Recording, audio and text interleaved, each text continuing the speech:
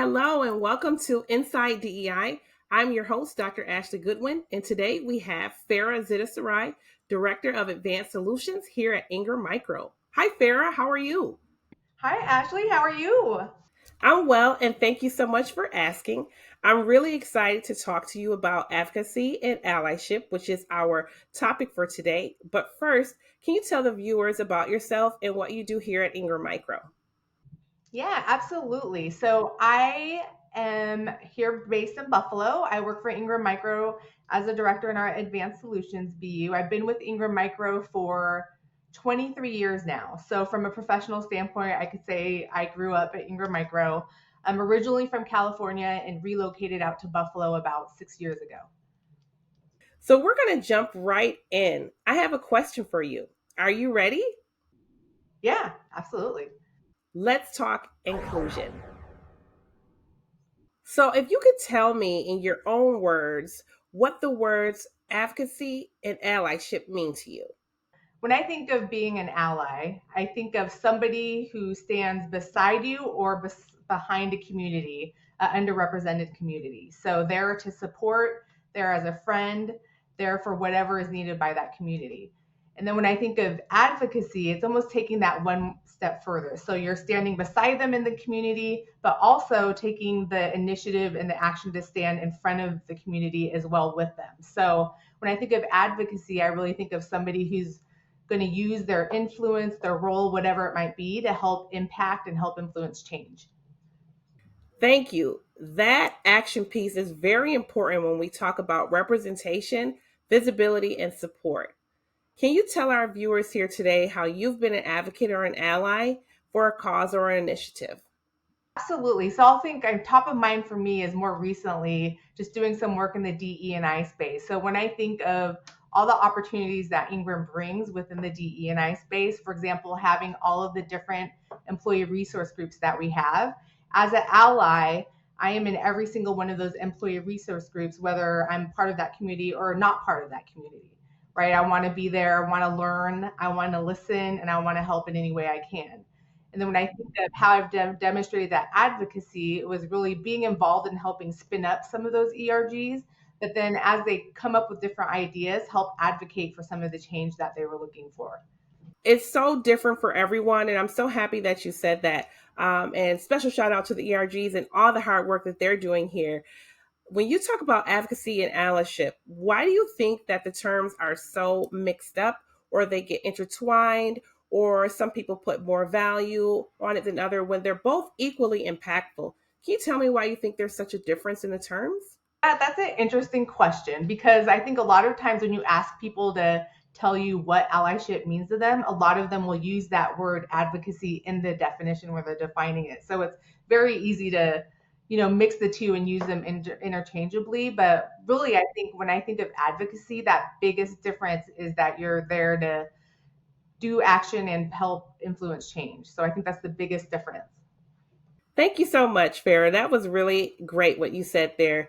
Can you please tell me what you would tell our Ingram Micro Associates on how they could become advocates and allies in our DEI space? How could they amplify voices and support one another and create more spaces where they can be more visible to one another as well? Yeah, I would say first is participate in some of the activities we have and participate in the employee resource groups because you can be there just as a fly on the wall, just to listen and be that ally. And then you'll take something away that you can bring to your teams or even to your personal life because even if you're not part of one of those communities, every single one of us will know somebody who is part of one of those communities. So I would say first way to show up would be to participate in some of those ERGs, and then look for opportunities to be able to bring what you learn back into your teams within the company, just to help keep it that inclusive environment that we want to keep. Let's talk more about you. How has your diverse experiences helped shape you to be the executive you are today? Yeah, absolutely. So I think the first thing that people notice about me is my mixed descent, and that's been very important to just who I am today.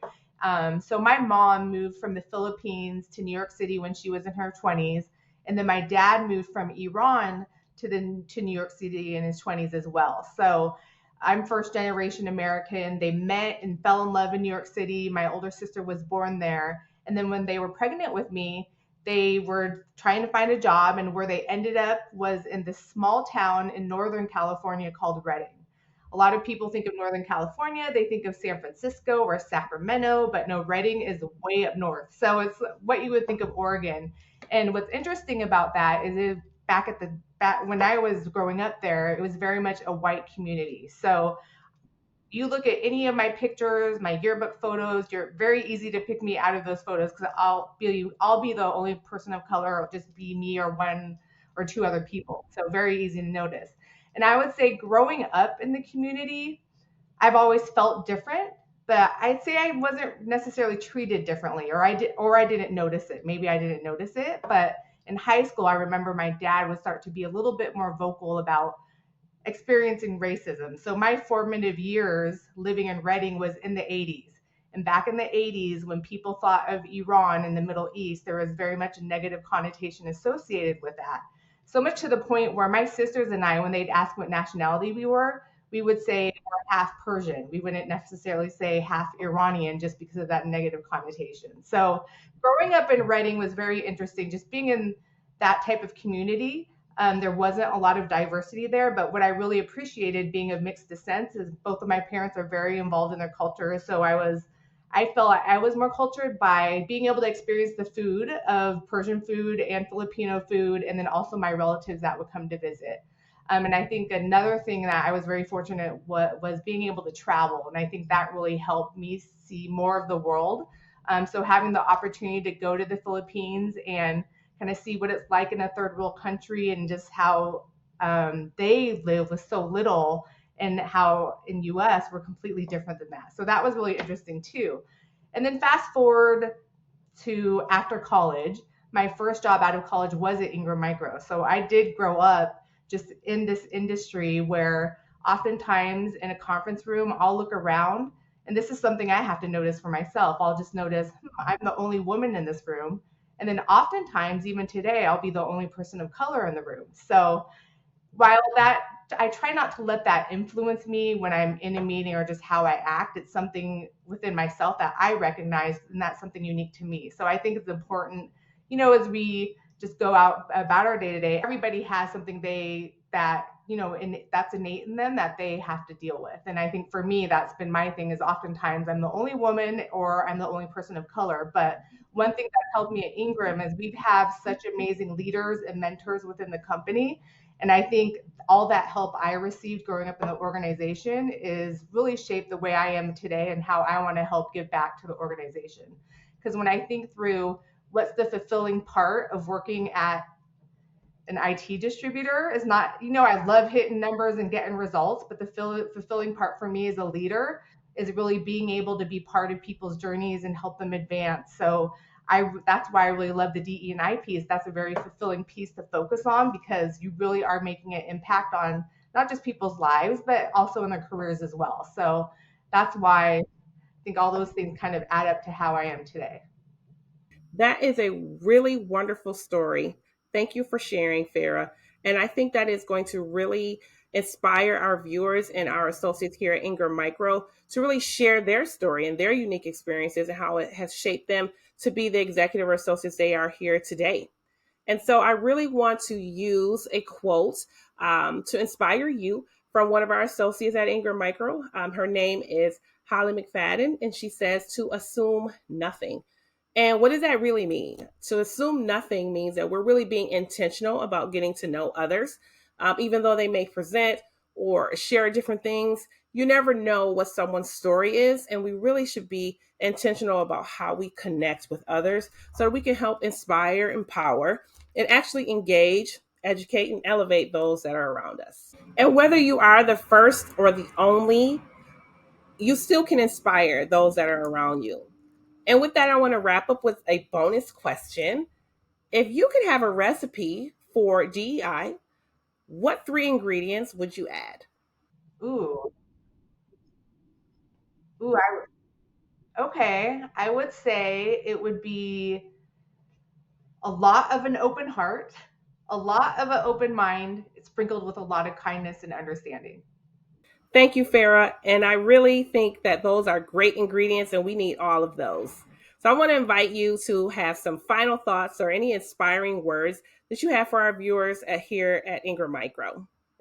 I talked about that recipe being open. I would say when you're at an event, at work, whatever it might be, always try to lead with kindness. Whether it's passing by someone in the hallway, always smile. You never know what that will do to that other person, just with a kind smile. I always say the prettiest thing you can wear is a smile. So I say just have an open heart, be willing to talk to people and understand people, and that's about it. Yeah. Thank you so much for sharing that. And what you brought up really sparked something that I'd like to share with you. I'm not really sure who the author is, but I always talk about this mantra a lot, which is it's nice to be important, but it's more important to be nice. And when we think about that, we can engage with one another more kinder, with more civility, and really connect with one another through understanding and foster a space of belonging. And so I want to wrap up and say thank you so much, Farrah, for coming and speaking with me today. This is Inside DEI, and I'm your host, Dr. Ashley Goodwin.